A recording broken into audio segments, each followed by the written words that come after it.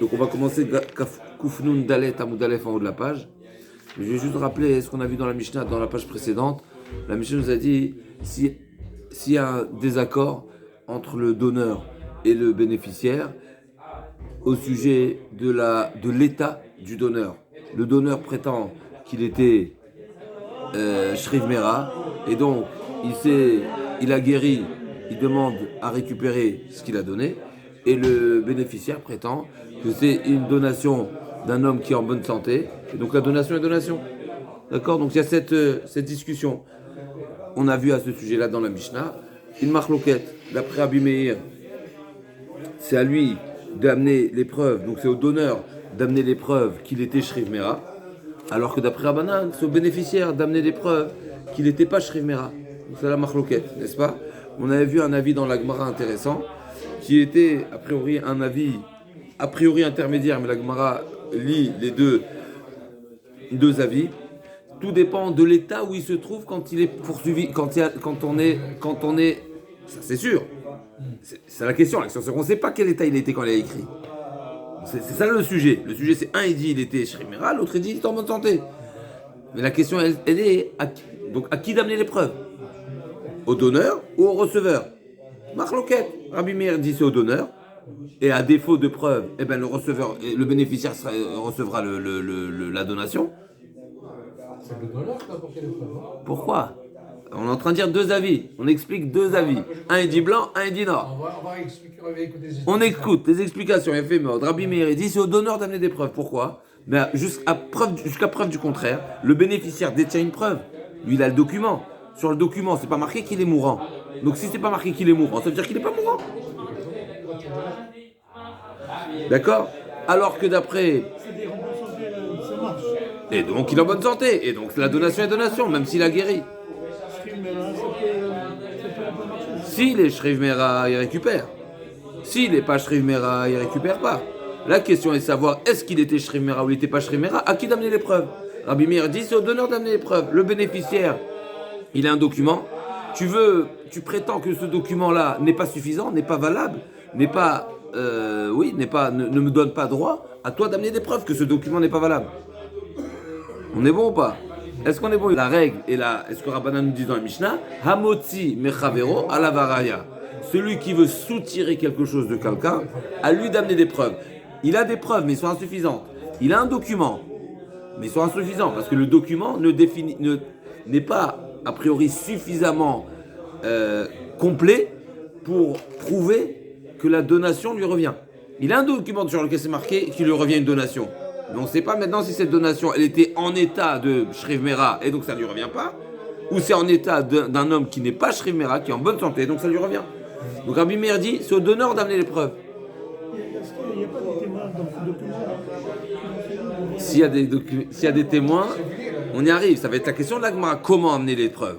Mais pour l'instant, il y a ce point d'interrogation qui est au Beddin. Le Beddin écoute deux personnes.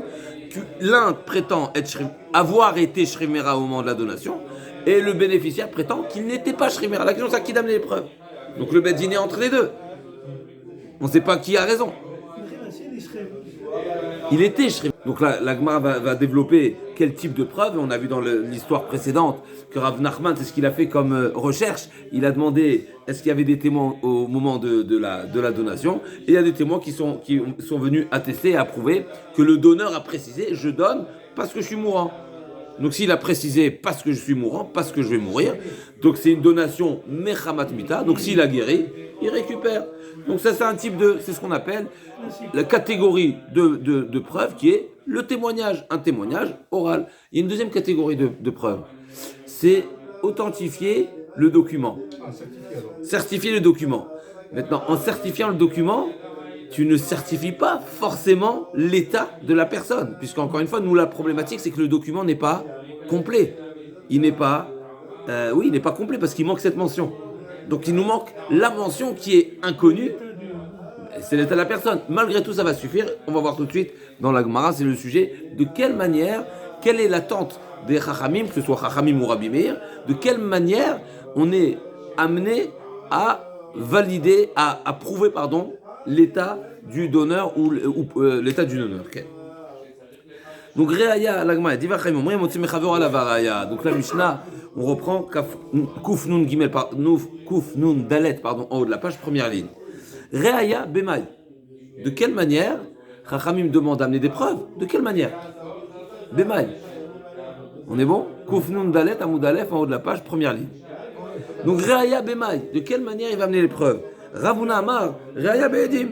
Oh, il va amener des témoins. La Gemara va s'expliquer.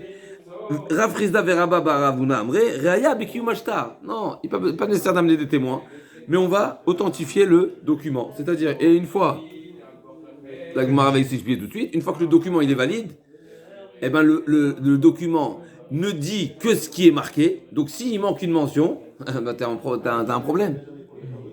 D'accord, une fois que tu as validé le document, et dans le document, c'est pas formulé, c'est pas exprimé qu'il était mourant. Donc par défaut, il n'est pas mourant. Donc si par défaut, il n'est pas mourant, ben ça, donc le bénéficiaire aura gain de cause. On est bon? Amen. Donc la Gemara s'explique. Ravuna Amara Yabedim Kamiflege Beplukta de Rabbi Yaakov et Rabbi Nathan. Ravuna qui dit que Chachamim exige des témoins pour approuver et confirmer l'état de la personne, c'est-à-dire que Rabbanan considère que le shtar, en tant que shtar, il est insuffisant. Donc il faut des témoins extérieurs qui témoignent d'une manière claire l'état du donneur. C'est quoi le point de discussion entre Rabbi Meir et Chachamim dans la Mishnah, justement? La marloquette est une marloquette qu'on a déjà vue, qui est la marloquette de Rabbi Yaakov et Rabbi Nathan. C'est quoi la marloquette? Rabbi Meir qui est Rabbi Nathan et Rabbanan qui est Rabbi Yaakov. C'est quoi le point de discussion? Le point de discussion qu'on a déjà vu au nom de Rabbi Nathan et Rabbi Yaakov dans la page précédente. Qu'est-ce qu'on a vu dans la page précédente? Rabbi Yaakov nous a dit Mi motzi miadmi, hu motzi miedem belo reaya. Rabbi Yaakov dit c'est lui qui, le donneur, n'a pas besoin d'amener de preuves parce que il est Mourzak, c'est lui qui détient les biens. Donc c'est le bénéficiaire, c'est le réclameur qui veut soutirer les biens du donneur. Amotzi mecha, ça lui d'amener des preuves. Par contre, eux, ils doivent amener des preuves. Rabbi Nathan dit non, ça dépend de l'état du donneur. C'est-à-dire, on prend, si le donneur, au moment où on lui réclame les biens, il est shriv mera, il est malade encore, il n'a pas encore guéri, alors c'est à eux d'amener des preuves qu'il n'était pas malade au moment de la rédaction. Parce qu'on prend l'état actuel. L'état actuel, nous, on ne voit que ce qu'on voit, on voit qu'il est dans cet état-là. Toi, tu veux prouver, tu prétends qu'il n'était pas dans cet état. C'est toi qui veux changer la donne qui est visible. Donc c'est toi qui prétends qu'il y avait quelque chose de différent. Donc c'est toi qui veux changer la donne, à toi d'amener des preuves. Donc Rabbi Nathan dit, on regarde l'état de la personne, du donneur, au moment où il est convoqué au Beddin. On est bon ou pas? Nous, on a ce qu'on voit. Le donneur prétend qu'il était malade. Et il est toujours malade. C'est ça l'état d'aujourd'hui. Ben, à toi de prouver qu'à l'époque, il n'était pas malade. Par contre, si au moment de la réclamation au Beddin, il n'est pas malade, donc c'est le donneur qui prétend quelque chose que nous ignorons, parce qu'on ne le voit pas. Donc lui prétend qu'au moment des faits, il était malade. Ben, à toi de prouver que tu étais malade au moment des faits. Donc tout dépend de l'état dans lequel il se trouve. Donc encore une fois, Rabbi... C'est quoi cette histoire de Beddin? Parce qu'entre-temps, il a guéri. Ravuna, l'explication de la marloquette de la Mishnah entre Rabbi Meir et Chachamim, c'est exactement la marloquette de Rabbi Yaakov et Rabbi Nathan. Est-ce qu'on regarde l'état actuel et celui qui vient changer la donne, ça lui d'amener des preuves ou pas? Rabbi Nathan dit on regarde l'état actuel et Rabbi Yaakov dit non, pas du tout. C'est toujours Amotzi Mechavor la Varaya, c'est toujours le donneur, tant que les biens se trouvent dans sa possession, il est Mourzak, ce qu'on appelle Mourzak, c'est lui qui est le bien est chez lui, qui le détient. Celui qui prétend que ce bien-là lui revient, à lui d'amener des preuves. Ah, il y a un testament. Le testament n'est pas il n'est pas suffisamment explicite, donc il se suffit pas à lui-même. Donc il faut amener des preuves avec des témoins qui appuieront et qui... Non, c'est pas qui valident le testament, c'est qui témoigneront l'état du donneur au moment de la donation. Est-ce qu'il était mourant ou pas mourant? Est-ce qu'il a donné parce qu'il allait mourir ou pas? Donc Rabbi Meir qui Rabbi Natan, Rabban qui Rabbi Yaakov, Rav Chizda. Donc ça c'est la première interprétation de la Mishnah. Quel est le point de discussion de Rabbi Meir et Chamim? Donc on a Ravuna qui explique que la marloquette de la Mishnah de Rabbi Meir et Rabbanan, c'est la même marloquette de Rabbi Yaakov et Rabbi Natan. Donc on a vu Rabbi Yaakov et Rabbi Natan dans une Braïta, on a Rabbi Meir et Chachamim dans notre Mishnah. Ravuna il a dit copier-coller, c'est ça leur point de discussion. Et donc de quelle manière on prouve? Par des témoins. Deuxième explication sur notre Mishnah, Rav Chizda et Ravuna Amre Raya Bekiyum Ashtar. De quelle manière, quand la Mishnah dit que d'après Rabbanan, c'est aux bénéficiaires d'amener des preuves, quel type de preuves ils vont amener? C'est pas des preuves qui vont attester quel était l'état du donneur au moment de la donation, mais c'est authentifier le document. Kiyum Ashtar, on va être validé que le document, il est document valide. Encore une fois, l'authentification du document ne va pas forcément nous déclarer et nous assurer dans quel état il était. On vient juste dire que le document n'est pas falsifié. Par conséquent, authentifié.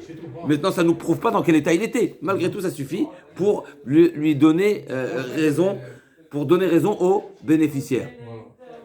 Donc, Rav Chizda Rav Ravuna, donc c'est quoi le point de discussion entre Rabbi Meir et Chachamim? Rabbi Meir dit, c'est à lui d'amener les preuves. Donc, par défaut, le shtar, il est valide. Et d'après Rabbanan, c'est à eux d'amener des preuves, c'est-à-dire que par défaut, le shtar, point d'interrogation, il est, comment on dit en français, il est pas caduc, mais en tous les cas, on ne sait pas. Il ne fait pas preuve de, voilà, pas preuve de validité. Un document, ça reste un document. Tant qu'il n'est pas authentifié. Il est caduc. Ça veut dire il y a un soupçon dessus. Un soupçon, voilà. Un soupçon, c'est caduc. Razak, ok, Razak Oubor. Donc il est caduc. Donc bon, quand il falguait, c'est quoi le point de discussion entre Rabbi Meir et Chamim? Maintenant, dans le fond, ce donneur-là, est-ce qu'il a prétendu que le document est caduc? Non. Lui prétend, lui dit le document, je l'ai rédigé, ou ça a été rédigé sous mes ordres, mais l'état dans lequel je me trouvais, j'étais malade. Donc le point, c'était pas, le point n'est pas la rédaction, n'est pas l'authentification du document, parce que je reconnais l'avoir écrit. C'est ça le point de discussion. Modi Bishtar chez Ketavo. Est-ce que Tsaïr les Kaïmo ou pas? Une personne qui lui-même reconnaît être à la hauteur être l'auteur, de la rédaction de ce document.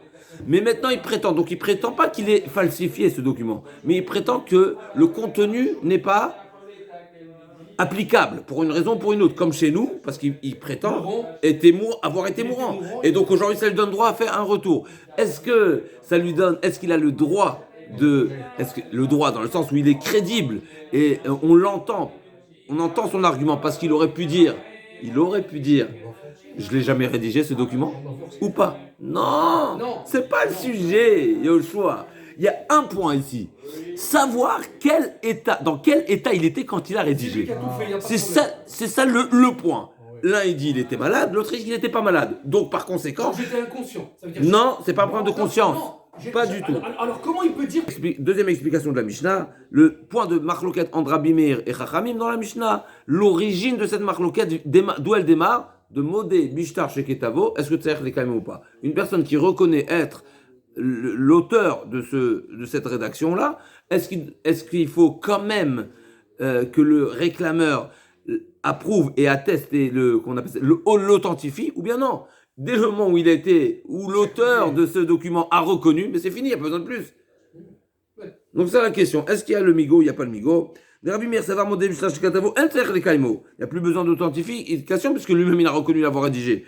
Et ces arguments sont des arguments qui sont extérieurs à la rédaction de ce shtar. Et ils sont extérieurs, à toi d'amener des preuves. Les rabbins savraient, modé Bishtar chez Ketavo, les kaimo. L'agma a dit, va ifle gouba chadazimna, mais c'est une vieille marloquette, on la connaît cette marloquette, pourquoi il était nécessaire de nous la répéter ici? La marloquette Rabbi Meir et Chachamim de Tanya, on la connaît déjà cette marloquette, donc pourquoi il était nécessaire de nous rappeler cette marloquette dans ce contexte-là du testament? Ok, on la connaît, c'est une marloquette générale dans tous les documents. Tous les documents qui sont sur lesquels il y a des revendications, est-ce que le document est suffisamment clair ou pas? Est-ce qu'il y a des arguments extérieures non, des arguments, c'est pas des anomalies, des arguments qui sont extérieurs au texte. Ah, d'accord. Par exemple, il dit que ça a été remboursé. Donc, je ne remets pas en cause la rédaction. Il y a quelque chose d'extérieur. Ou bien une condition. Ou bien il me doit de l'argent d'ailleurs, etc. Ou bien c'est un autre remboursement. Mille et une arguments qui sont à l'extérieur de ce qui est rédigé. C'est déjà une marloquette connue. C'est déjà une marloquette enseignée entre Rabbi Meir et Chachamim. Détania. En nemanim les poslo. Rabbi Meir, dit Rabbi Meir. Nemanim. Donc c'est la fameuse marloquette, la fameuse souga dans Ketuvot, qui est la souga de Shtarot. Est-ce que des témoins qui prétendent avoir été des témoins invalides au moment des faits, est-ce qu'ils sont crédibles de leurs propos? C'est-à-dire, admettons,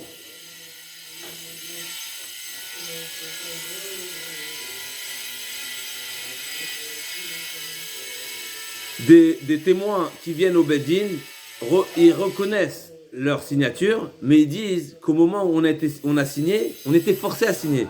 On avait le pistolet sur la tempe. Ou bien, Soulimaïnou, on était des témoins invalides. Donc, ils reconnaissent leur signature, mais ils prétendent que leur signature est invalide. Pourquoi? Parce qu'ils n'étaient pas en état. Ou bien parce qu'ils étaient forcés, ou bien parce qu'ils étaient invalides, parce qu'ils avaient un lien de parenté, ou bien parce que autre chose était invalide. Est-ce qu'ils sont crédibles ou pas?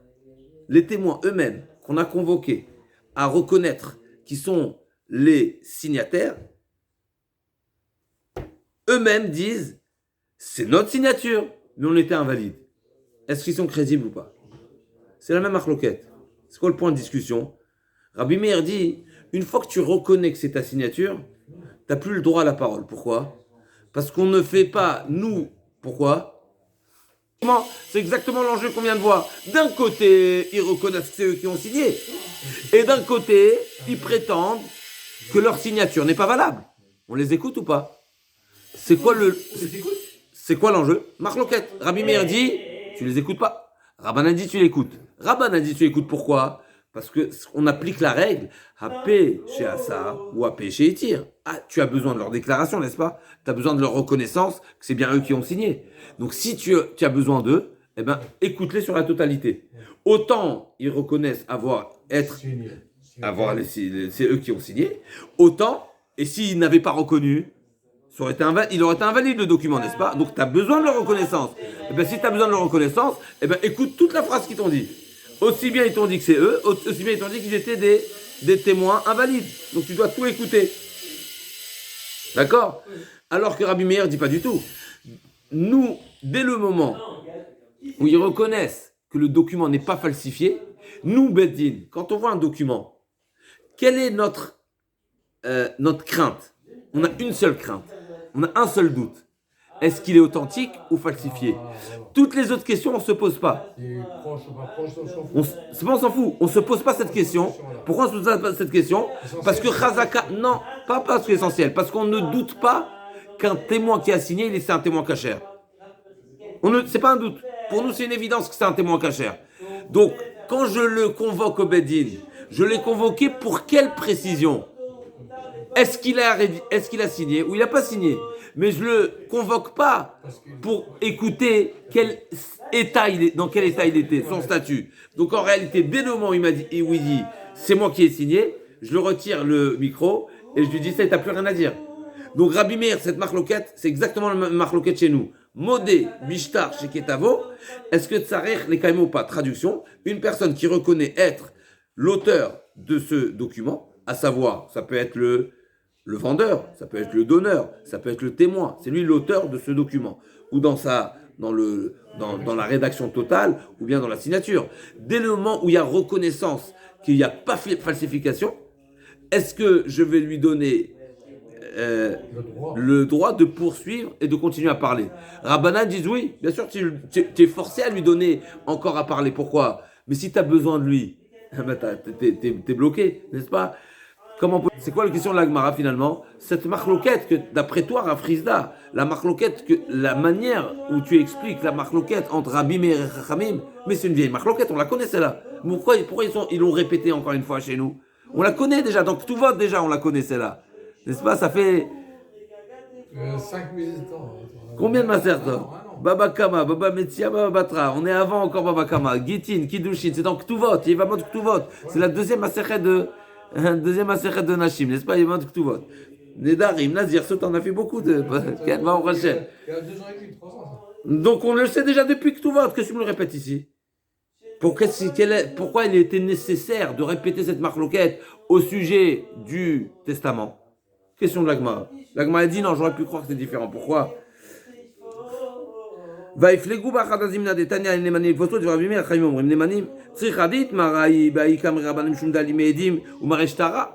pu croire que Chachamim, tu sais pourquoi dans un document, habituellement, Chachamim crédite les témoins, parce que c'est 2 témoins qui disent qu'on était invalide. Il y en a 2, oui. C'est eux-mêmes, ils sont témoins.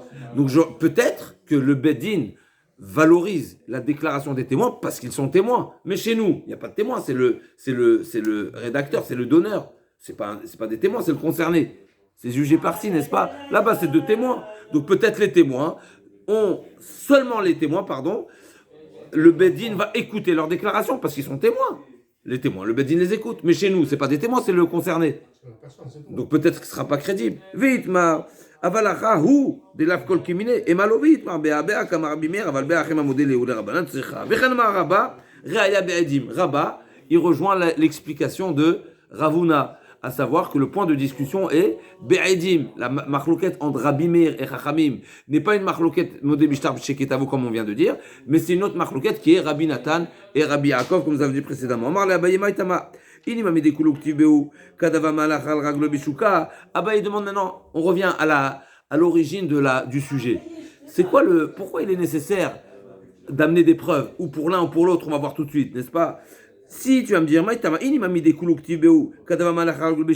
parce que normalement dans un shtar classique, une personne qui est en bonne santé, l'habitude était, à l'époque, de mentionner, de préciser, kad ava malach, kad ava j'ai rédigé ce document quand j'étais en bonne santé, j'étais capable de marcher, de sortir au marché. C'est une manière de dire, je tenais sur mes jambes. J'avais toutes mes capacités. Ça, c'était l'habitude. C'est une manière d'embellir le shtar pour montrer, je l'ai fait avec toute ma tête, avec toutes mes facultés, de la meilleure manière. C'est la question que j'allais poser. Quand il dit je peux aller au marché, c'est que j'ai toute ma tête en même temps. C'était une manière, voilà, c'était une formule. C'est une formule classique qui était de dire, quand je l'ai rédigé, j'étais en bonne santé. Comment on dit j'étais en bonne santé? Je tenais sur mes pieds, n'est-ce pas? Donc je tenais sur mes pieds. Mais non, bien sûr, encore une fois, c'est une formule. Donc la question est, habituellement, on avait la coutume de marquer, de formuler cette phrase-là. J'ai rédigé ce document quand j'étais en bonne santé. Et il n'a pas marqué. Et donc, finalement, si il n'est pas précisé qu'il est en bonne santé, donc par défaut, il n'était pas en bonne santé. L'Agma a dit oui. Mais l'habitude d'un testament, c'est de préciser quand j'étais sur mon lit de mort. Et là aussi, c'est pas marqué. Donc, point d'interrogation. Pourquoi tu as choisi l'un plus que l'autre? Finalement, ce document-là, il est neutre. Il n'y a ni la mention habituelle d'un donneur en bonne santé, ni la donation habituelle d'un testament qui est formulé quand j'étais sur mon lit de mort. Donc, pourquoi tu veux choisir l'un plus que l'autre? Donc, Amarle Abaye, Maïtama, Inimamide Kuluktiv Beukadava Malachar Beshuka. Si la raison pour laquelle tu vas exiger au donneur d'amener aux bénéficiaires, d'amener des preuves que le donneur était en bonne santé, pourquoi tu leur réclames cette preuve? Parce qu'il manque la mention qui est censée figurer quand j'étais en bonne santé. Shmamina, j'en déduis qu'un shriv mera habituellement, forcément on est obligé de dire qu'un shriv mera, un testament habituel, on n'a pas l'habitude. Shriv mera ave adraba, midekulu ktibeu katsir verame bearse. Tu peux faire le raisonnement inverse, puisque le testament, on a l'habitude de préciser, de mentionner quand j'étais sur mon lit de mort. Et là, il n'est pas mentionné. Donc, s'il n'est pas mentionné, ça veut dire que ce n'est pas un testament d'une personne mourante. Et donc, ça veut dire que c'est une donation classique. Donc, pourquoi tu as choisi? Tu favorises l'un ou l'autre. Finalement, il est neutre. Pourquoi? L'Agma a dit, effectivement, tu as raison. T'as un testament neutre, t'as un document neutre. Donc, tu peux dire, il était mourant, tu peux dire, il n'est pas mourant. Tu appliques la règle simple, habituelle, classique, de tous les cas de figure. Celui qui veut soutirer au détenteur des biens, ça lui donne des preuves. Donc ici, en l'occurrence, le donneur, les biens sont toujours chez le donneur. Le bénéficiaire, il vient avec un document, mais les biens ne se trouvent pas chez lui. Hamotzi mechavero, il veut le soutirer. Allah varaya. Cette même marloquette, on l'a trouvée entre Rabbi Yochanan et Reish Lakish. À savoir, Rabbi Yochanan ma reaya be'edim. Cette même marloquette qu'on a dit entre Ravuna d'un côté, Ravuna et Rabba d'un côté, qui disent que les témoins qu'il faudra ramener ici, c'est des témoins qui sont extérieurs au document, c'est-à-dire des témoins qui témoignent l'état du donneur. Et le deuxième avis qui est Rafrizda et Rabba Baravuna disent que c'est pas les témoins qui sont extérieurs au document, mais c'est les témoins qui authentifient le document. Donc il y a deux catégories de preuves. Ou bien c'est des preuves extérieures au document, ça veut dire que c'est pas le document qui me suffit. Ici, c'est l'état de la personne, et l'état de la personne ne figure pas dans le document. Ou bien non, les preuves qu'on réclame ici, que le Bedin va demander, c'est authentifier les documents. Une fois qu'on a authentifié le document, même si on n'a pas de preuve de l'état de la personne, document, c'est un document. Donc cette même marque locale, on a trouvé entre Rabbi Yochanan d'un côté, on a Rabbi Yochanan d'un côté et Reish Lakish d'un autre. Rabbi Yochanan mar be'edim, donc comme Rabba et Ravuna. Rabbi Shimon Lakish amar re'aya bekum ashtar. Et tu vas Rabbi Yochanan et Rabbi Shimon Lakish. Maaseh b'Bnei Brak. Il y avait une histoire. C'est roulé à Bnei Brak. Be'echad shemachar b'nechsei aviv umet. D'accord. Donc Maaseh b'Bnei Brak. Be'echad shemachar b'nechsei aviv umet uba u'bnei mishpacha v'yiru alomar katanaya. Donc il y a une personne, un homme, qui a vendu des biens. B'nechsei aviv. Donc c'est un héritier. Il a vendu les biens.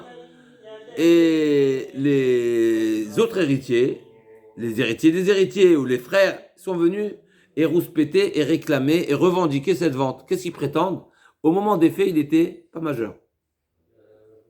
Aujourd'hui, on a fait la bar mitzvah, on sait pour nous, il a 13 ans, tout le monde sait, il y a carte d'identité, il y a c'est daté, on sait s'il est majeur ou pas. C'est pas exact. Pourquoi? Parce que pour être majeur, il faut deux conditions. L'âge et les simanim. Pour qu'il soit réellement majeur, c'est vrai qu'habituellement, c'est ce qu'on va voir tout de suite, habituellement, qui dit 13 ans, dit majeur. Pourquoi? Parce que normalement, on suppose qu'il y a les simanim, c'est l'âge à laquelle les simanim sont censés venir. Entre, bien sûr, il y a une certaine... Mais 13 ans, normalement, c'est... Mais s'il y a une revendication et qu'il y a quelqu'un qui prétend il n'était pas majeur, à qui il devra amener les preuves? L'acquéreur ou le vendeur? Non, c'est l'acquéreur qui doit amener les preuves. On va voir tout de suite, c'est le sujet. C'est parce que maintenant, peut-être qu'entre-temps, les simanim sont sortis. C'est ça la question. Donc, à qui d'amener les preuves? L'état que le vendeur, dans quel état il était au moment de la vente? L'acquéreur. Pourquoi? Mais le vendeur dit, moi, quand j'ai vendu, j'étais enfant. C'est ce qu'il prétend. J'ai compris le contraire. Non. Les vendeurs, ils veulent récupérer le bien. Les vendeurs revendiquent que la vente, alors c'est pas le vendeur lui-même. Ici, l'histoire, c'est que le vendeur est mort. On va voir. Mais c'est la famille. La famille qui vient dire, le vendeur, quand il a vendu, il était enfant. Il a mis les tefilines, c'est vrai, mais il avait 12 ans. Ou il avait 13 ans, mais il n'avait pas de simanim. On sait qu'il n'avait pas de simanim. D'accord, mais le problème, c'est qu'il est mort. Maintenant, il est mort, et on veut faire une vérification, est-ce qu'on peut le déterrer? Oui, non, pourquoi? Hein? La famille dit, viens, on le déterre, tu vas voir, il n'a pas de simanim. Il n'a pas de simanim, il est mort le lendemain de la bar mitzvah. Il n'a pas de simanim, je te dis qu'il n'a pas de simanim. Hein? Bon, c'est ça l'histoire, c'est Bnei Brak. La famille a le courage d'exhumer pour l'argent. Chazak, on arrive tout de suite. Malheureusement, il a fait mort. Uba ou Bnei Mishpacha v'yiru lomar katana bishat mita. Uba ou Shalot Rabbi Akiva. Donc ils sont venus, ni plus ni moins, qui se trouve à Bnei Brak? Rabbi Akiva. N'est-ce pas, on connaît l'histoire de la Gada, on l'a trouvé ici aussi. Bnei Brak, je me suis Bnei Brak. Uba ou Shalot Rabbi Akiva. Moule Botko. Est-ce que c'est autorisé d'aller vérifier? On va le vérifier.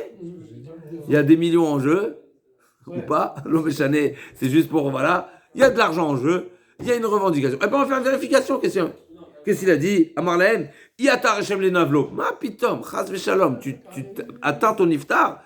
Kavod, ma pitom. Tu crois que tu fais ce que tu veux ici? C'est mouktsé, c'est assour, c'est un niveau. C'est un manque de kavod, un manque de. Quel? Pour le niftar. Et en plus de ça, donc premièrement, non. Pourquoi? Le niftar, tu manques pas de respect. Deuxièmement, qu'est-ce que tu veux toi? Tu veux aller le découvrir pour espérer voir est-ce qu'il a ou il a pas.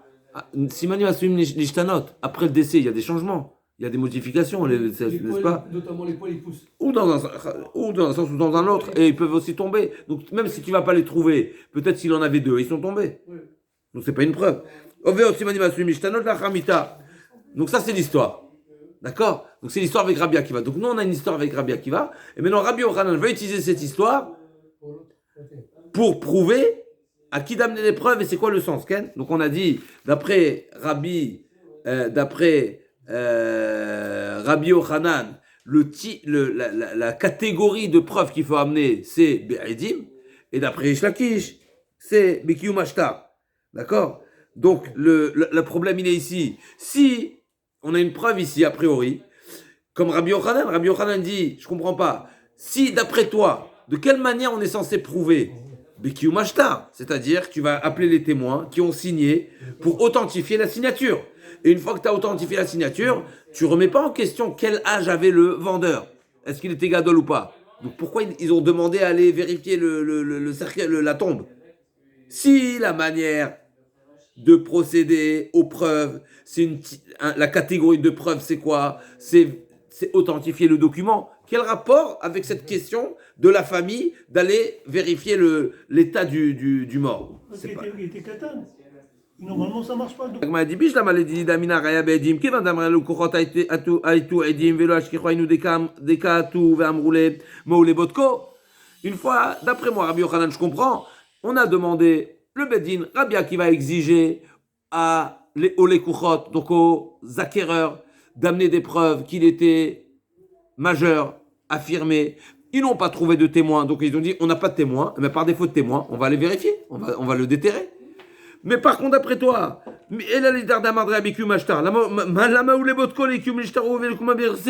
pourquoi tu vas aller le déterrer? Mais va authentifier le document et t'as fini. Toi, acquéreur, c'était quoi l'histoire? Il y a un vendeur, il y a un acquéreur. L'acquéreur dit, voilà, j'ai un document, il m'a vendu le bien, donc il m'appartient. Il m'a vendu. La famille prétend que le document, il n'est pas falsifié, ok, mais le vendeur était enfant. Juste pour Agave, s'il a vendu un bien immobilier, d'ailleurs, c'est intéressant parce que ça, c'est un sujet à approfondir. La Gemara nous dit, on a vu déjà cette notion, je ne vais pas dire de bêtises, mais un enfant est enfant jusqu'à 18 ans ou 20 ans pour vendre les biens immobiliers de son père. Ça ne suffit pas 13 ans. De cette histoire, on a l'impression que l'histoire, c'est 13 ans. Alors, n'est-ce pas, c'est... On remet tout en question.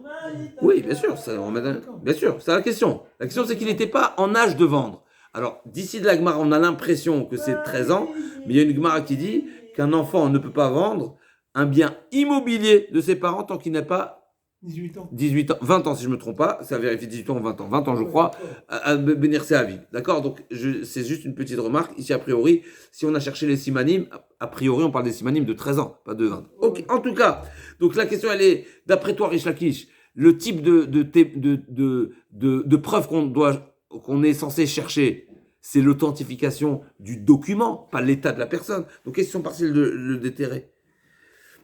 Velukmo benerse, l'agma dit, misavra nirse becheskat bnei mishpacha, kaime, vekatu les kuchot maren nirse becheskat les kuchot kaime, vekatu bnei mishpacha vekamare. Rish Lakish dit, non, mais dans cette histoire, l'acquéreur, c'est lui qui était en possession des biens. Et donc, c'est la famille qui vient soutirer les biens chez... Donc, c'est à eux d'amener les preuves. C'est de ça qu'on parle. Donc, Rish Lakish dit, dans notre histoire, pourquoi la famille a demandé... C'est la famille qui a demandé à déterrer. Pourquoi la famille a demandé à déterrer? Parce que l'acquéreur avait un document authentifié, il avait un document valide, en tous les cas, c'est lui que les biens étaient entre ses mains, et donc c'était la famille qui voulait récupérer, qui voulait faire sortir, donc c'est à eux d'amener les preuves. Quel type de preuves ils vont amener? Ils vont amener les preuves que le shtar authentifié ne suffira pas, parce qu'on a des preuves qu'il était enfant. Donc ils voulaient aller une étape en plus. L'Agma a dit, Achani Mistavra, et en plus de ça, il est probable et il est logique que c'était ça l'histoire. Midekamarlou yatem rachem le navlo veishtiku Yamar Bishlama Bne Mishpacha Kamere Mishumachish Tiku. Et là, Yamar Likuchot Kamere Amay Shatke. Limroule, Anan Zouze, Yavinale, Ninvul, Veninvul. L'Agma a dit, je vais te prouver, il est logique que c'est la famille qui voulait le déterrer. Pourquoi? Parce que quand Rabbi Akiva leur a dit, c'est pas kavod, c'est pas beau de faire les navelles, c'est, hein? Oui, l'exhumé, mais c'est, le nivoul, c'est la mochée, c'est ça ce que ça veut dire, Ken Chaz Shalom, hein? Donc, là, on comprend, la famille a accepté cet argument. Tu vas pas causer du tort au niftar. La famille, elle est sensible. Mais si c'est les couchottes, si c'est les acquéreurs, mais c'est pas un argument pour eux. Ils me disent, mais on n'a rien à faire. Ils n'auraient pas accepté cet argument. À cause de cette problématique, de la gêne occasionnée, nous on va perdre nos millions. Pas du tout. On ne tient pas en compte. L'agma a dit non, pas du tout. C'est pas une preuve. Pourquoi?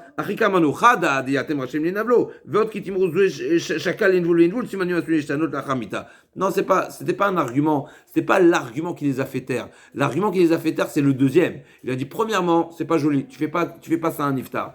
Donc, t'as pas de preuve que c'est la famille seulement. Pourquoi? Tout le monde a une certaine, quand même, sensibilité. Et même si on va dire que ces personnes-là ne sont pas très sensibles, Rabbi Akiva a surenchéri. Il leur a dit, un deuxième argument qui leur a fermé la bouche, c'est quoi? Il leur a dit, les simanim asuyim nishtanot. Même si tu venais à le déterrer, ce sera pas une bonne preuve.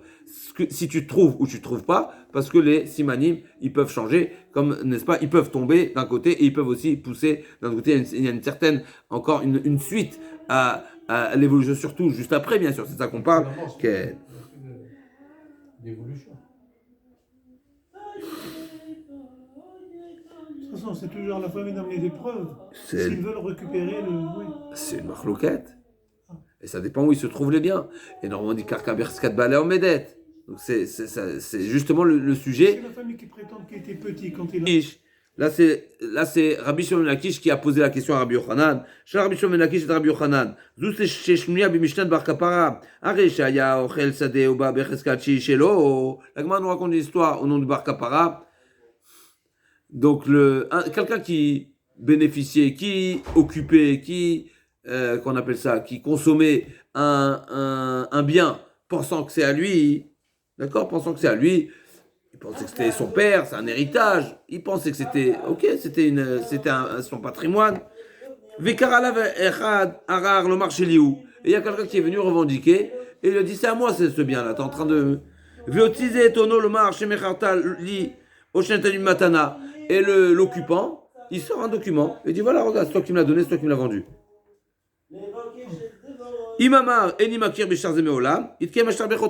Tout dépendra de l'argument du réclameur. Si le réclameur répond, je ne connais pas ce document est falsifié, qu'est-ce qu'il fera le détenteur de la preuve? Eh bien, il va authentifier le document et on est tranquille. Pourquoi? Parce que c'était quoi l'argument? Moi, je sors un document, toi, tu prétends que le document est nul, eh bien, je vais te prouver que le document est le document et tout va bien.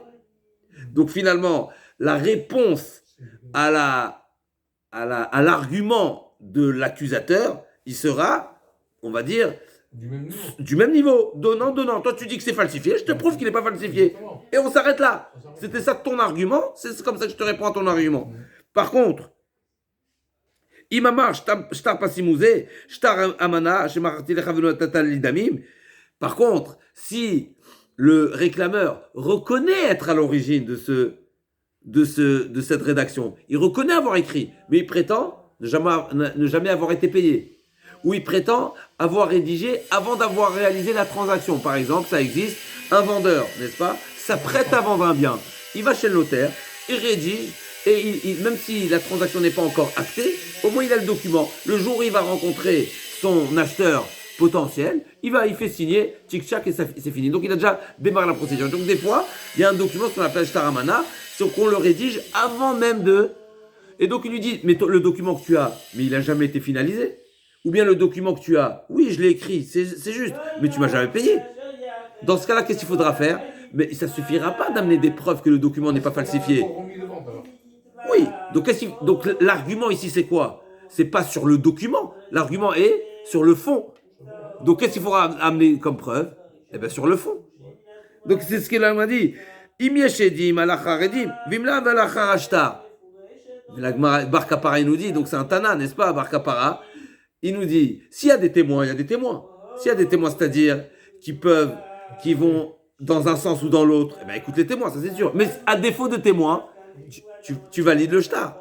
Ça veut dire qu'un shtar, tu as une preuve d'ici, qu'un shtar, dès le moment où le shtar, il est authentifié, il n'est pas mezouillaf, puisque ici en l'occurrence, le rédacteur de ce shtar reconnaît avoir écrit le shtar, n'est-ce pas? Mais il prétend un argument extérieur au shtar, à savoir, il n'a pas reçu l'argent, la transaction n'a jamais été actée, etc. Mais il est en mauvaise posture. Parce qu'une fois que tu reconnais, c'est fini. Donc, donc on voit ici, tu as une preuve, Modé Bishtar Sheketavo, en réalité, un document qui a été, où l'auteur reconnaît être l'auteur de cette rédaction, c'est fini. À l'origine, c'est fini. Donc finalement, tu as une preuve que toute l'idée est ici, de quelle manière tu viens prouver. Une fois que tu as prouvé le document, elle m'a dit effectivement, Barka pareil va penser comme Rabbi Meir. Nous on n'est pas d'après Rabbi Meir, on est d'après Rabbanan. D'accord. L'Agma dit Lima Rabbi Meiri, est-ce qu'on va dire que Bar Kapara il pense comme Rabbi Meir? Damar Bodé Mishtak Shemen Sech Lekaimo Velo Rabbanan. Amar Lo. Non. Rabbi Yochanan dit cet enseignement-là, il peut être même Rabbanan sont d'accord. Pourquoi? Comment on va l'interpréter? Shani Omer, Divra Kol Bodé Mishtak Shektavo En Sech Lekaimo. Tout le monde est d'accord. Quand l'auteur du shtar reconnaît qu'il a écrit, tout le monde est d'accord que En Sech Lekaimo. Il n'y a pas besoin de le plus. Une fois qu'il y a eu une authentification du document, ça veut dire qu'on a la garantie que le document n'est pas falsifié, c'est fini. Toutes les données sont valides. Et tous les arguments extérieurs ne seront pas pris en considération. Ah, va me pliguer. Qu'est-ce que tu me dis que tout le monde est d'accord? Pas du tout. On avait dit que c'est une marloquette. On vient de dire que dans Ktuvot, on a vu que c'est une marloquette.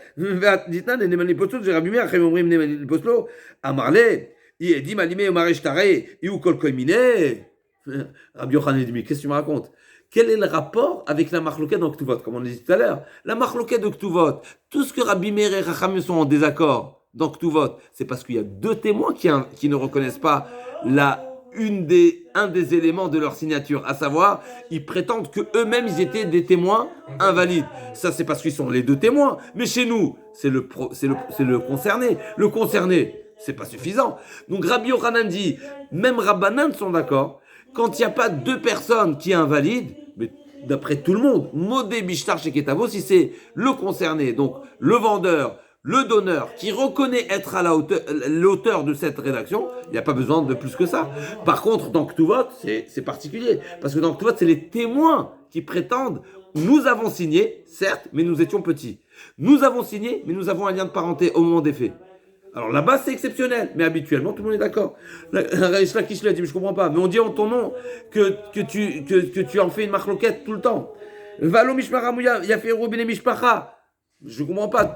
On m'a dit en ton nom que la revendication de la famille concernant l'histoire avec Rabbi Akiva, l'enfant qui a vendu, c'était une bonne revendication. Amarle. Zouel Hazar Amara, Anilo Amarti d'avoir Zameola. Il ne dit pas du tout. C'est pas moi qui ai dit ça, c'est El Hazar qui a dit ça. Moi, j'ai pas dit ça. Amar Rabbi Zera, Imirfer Rabbi Yochanan, Rabbi Elazar Talmido, Irfor Rabbi Ana et Rabo. Je comprends pas. Donc Rabbi Yochanan dit, ça c'est mon élève qui a dit ça. Mais moi, j'ai jamais dit ça. Alors Rabbi Zera, il est venu, il dit, n'est-ce pas? Rabbi Zera dit, comment tu peux nier ce que tu as dit?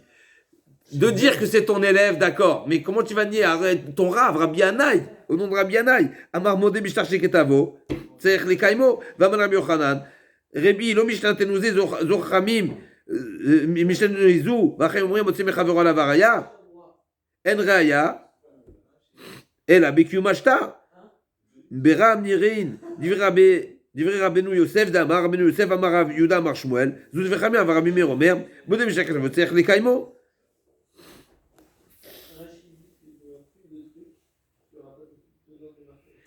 Donc ici, a priori,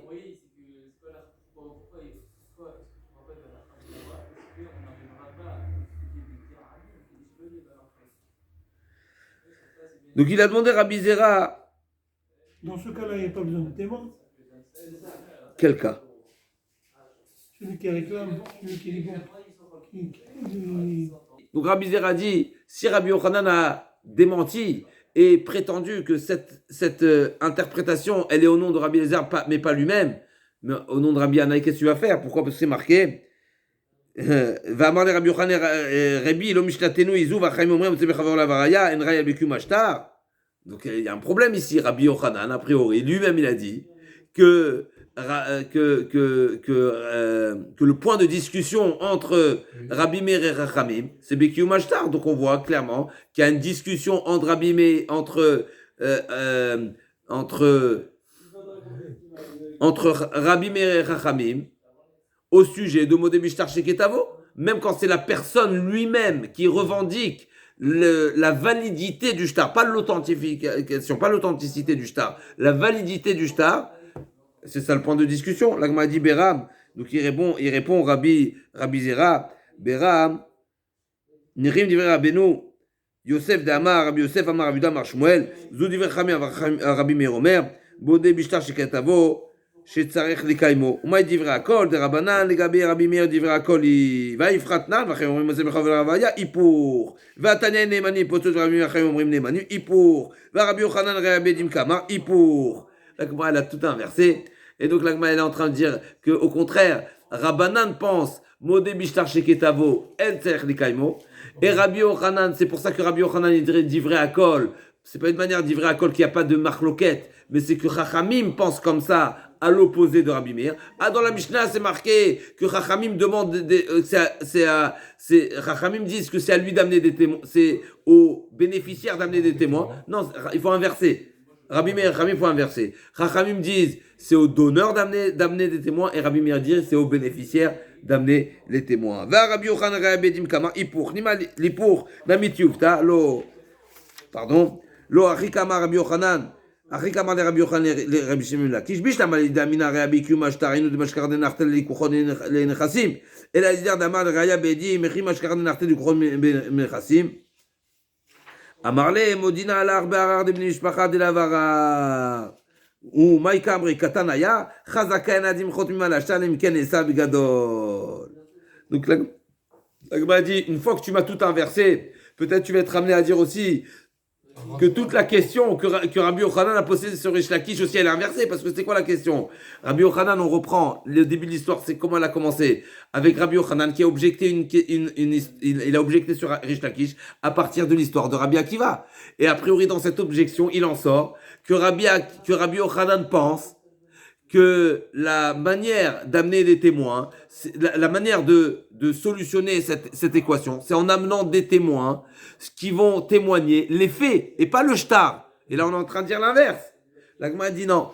L'Agma dit, il ne faut pas inverser. Effectivement, c'est Rabbi Yochanan qui a objecté sur Rish Lakish, mais l'objection, elle était différente. À savoir, je comprends que les acquéreurs, ils ont déjà pris possession des biens. Et là, les didars, pourquoi? Parce que un document, il est document. Après, tu me demandes de valider, d'authentifier le document. Ok, mais même avant l'authentification des documents, je peux comprendre qu'ils ont été à saisir les biens. Et là, l'idar d'Amar Gayabé dit, d'après toi, donc, d'après moi, je comprends que les acquéreurs ont trouvé un moyen d'authentifier le document. Et donc, c'est pour ça qu'ils ont fini par saisir les biens. Mais d'après toi qu'il faut des témoins. Comment on va amener des témoins? Comment on peut amener des témoins qu'il était gadol, l'enfant? Quoi, il y a des témoins qui l'ont vu au mikvé. Alors, mais Betken. Et là, Modina Béhar de Mishpacha, de la Varar, ou Maïtama, Maïka Amre, Katanaya, Chazaken Edim, Chotmim Alashtar, Elemken et Sagadol. Rish Lakish dit non. Moi, je suis d'accord, dans ce cas-là précisément, que la revendication de la famille qui prétend que l'enfant était enfant, c'est pas une revendication. Pourquoi? Chazaka. Il y a une chazaka, comme on a dit tout à l'heure, qu'un notaire, avant de rédiger un acte de vente, il va vérifier pour simplifier, il va vérifier l'état civil et la carte d'identité des deux parties avant de rédiger le document. Et c'est comme ça qu'on va s'arrêter sur ce point-là. Et c'est la Gemara qui va revenir juste après sur l'âge, on a dit, l'âge d'un enfant qui lui donne à partir de quel âge un enfant peut vendre les biens de son père, c'est la phrase justement d'après. L'Agmara nous dit Itmar Katan, mais Matay Mocher Ben Irse Aviv, Rava Marav Nachman, Ben Shmone Esre Shana, à partir de 18 ans, et Ravuna Barina Amar, Mi Ben Esrim Shana. Donc il y a deux avis, et effectivement c'est ce qu'on va retenir, la halacha. Donc 18 et 20 ans, c'est les deux avis qui sont mentionnés dans l'Agmara, et on va retenir c'est à partir de 20 ans pour qu'un héritier puisse et le droit de vendre les biens de son père, même si il a le statut de gadol à partir de 13 ans, mais pour vendre, c'est à partir de 18 ans ou 20 ans, et on retient 20 ans. Les orthoïdes barres.